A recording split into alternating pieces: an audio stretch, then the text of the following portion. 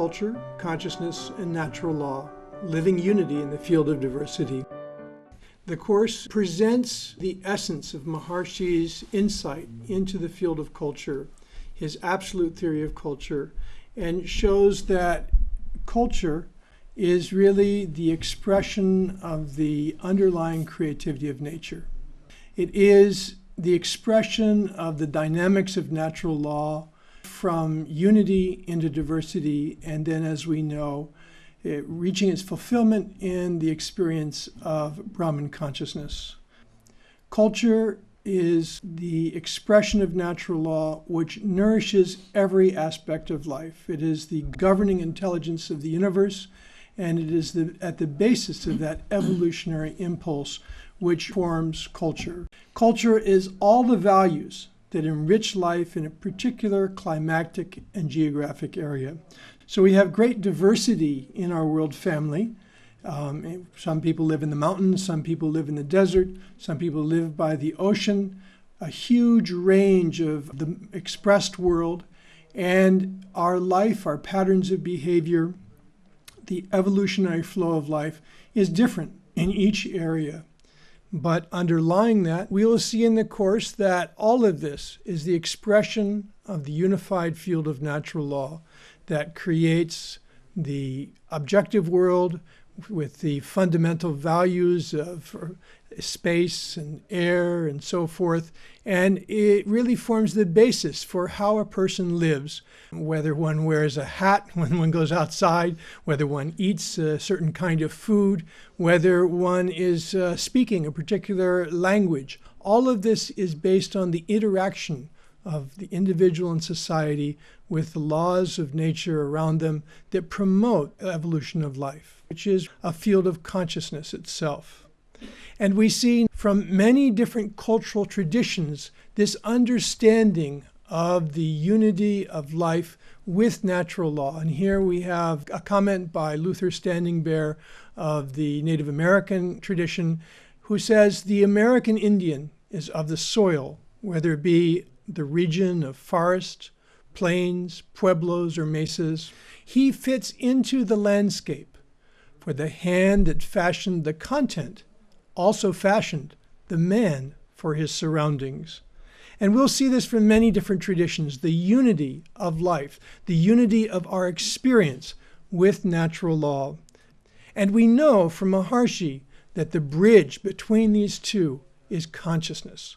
It is consciousness which expresses itself in all the different aspects of our individual life and society, but it is also consciousness which, through its own self-interacting dynamics, expresses itself as the infinite diversity of creation and upholds it in perfect order on the path of evolution.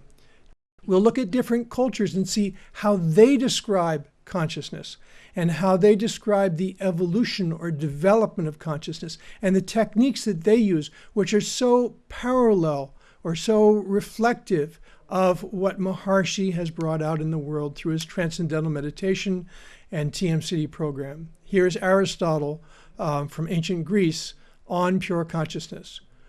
What is conscious and what it is conscious of are identical. It is pure, conscious of itself, and continuous. And like this, we'll see many descriptions of that underlying field of pure consciousness, which can be experienced through Maharshi's Transcendental Meditation and TM program, and which the course participants will be enjoying. We will also look at what are the mechanics through which the individual can develop consciousness and really experience the fullness of one's culture, experience the unity of life at the basis of all diversity.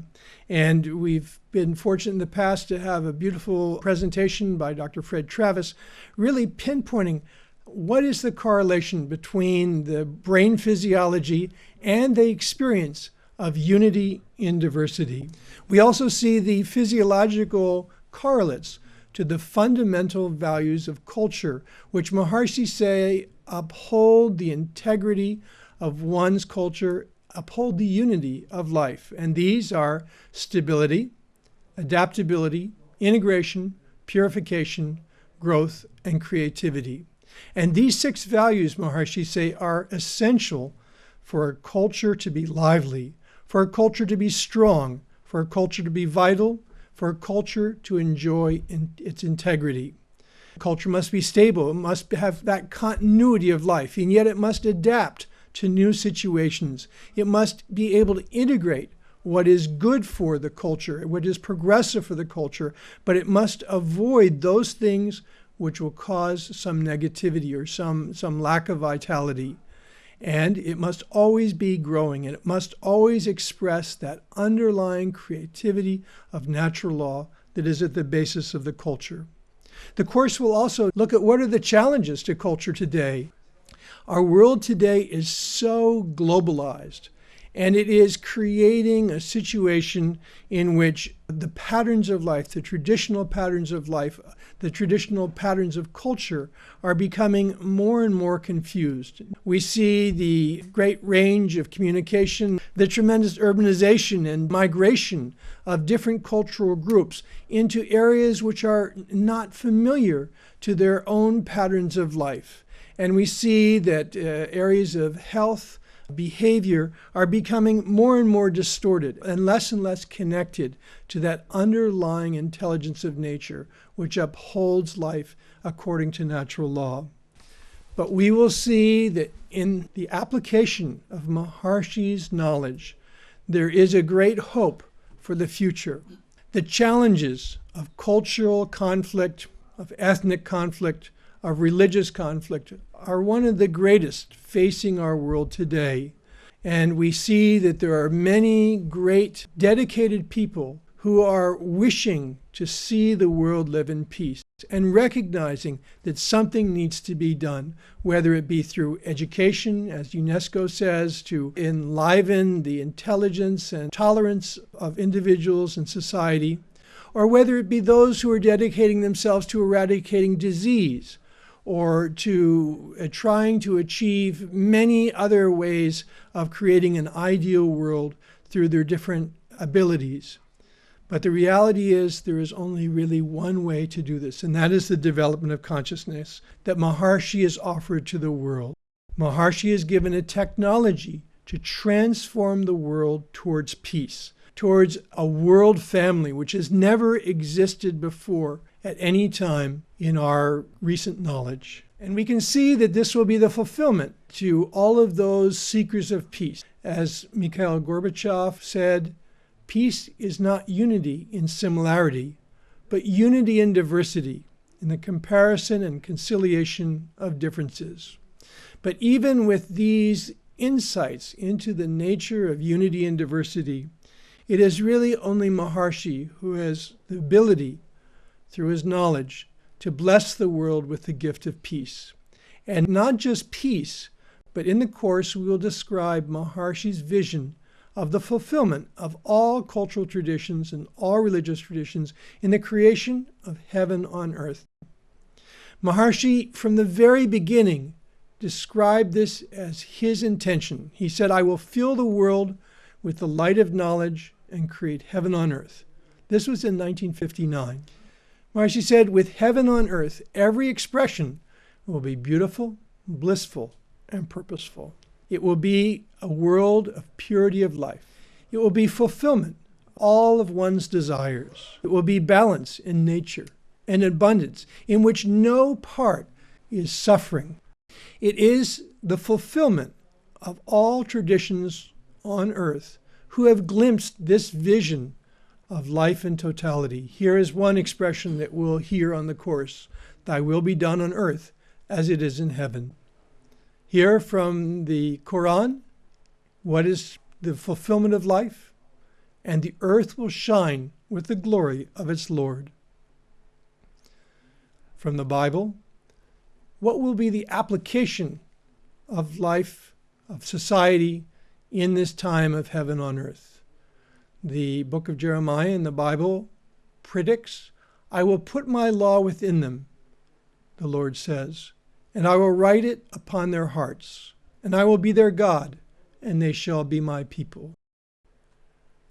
Life will be lived in peace. They shall beat their swords into plowshares and their spears into pruning hooks. Nation shall not lift up sword against nation, neither shall they learn war any more. How will this be accomplished? We know, because we have the technique that Maharishi has given us. And it is resonating in cultural traditions throughout the world. And we'll hear this during the course. Here's one example. The kingdom of heaven is within you. We know from scientific research that the development of consciousness, the creation of an ideal society, is no longer a vision. It's no longer based on mood or mysticism. It's no longer something that requires struggle or great effort. It's very simple to achieve. And this has been documented by extensive scientific research that show that even a few people can begin to transform the trends of time towards an age of enlightenment, a time of great peace, progress, and prosperity, truly heaven on earth. This is Maharishi's gift to the entire world.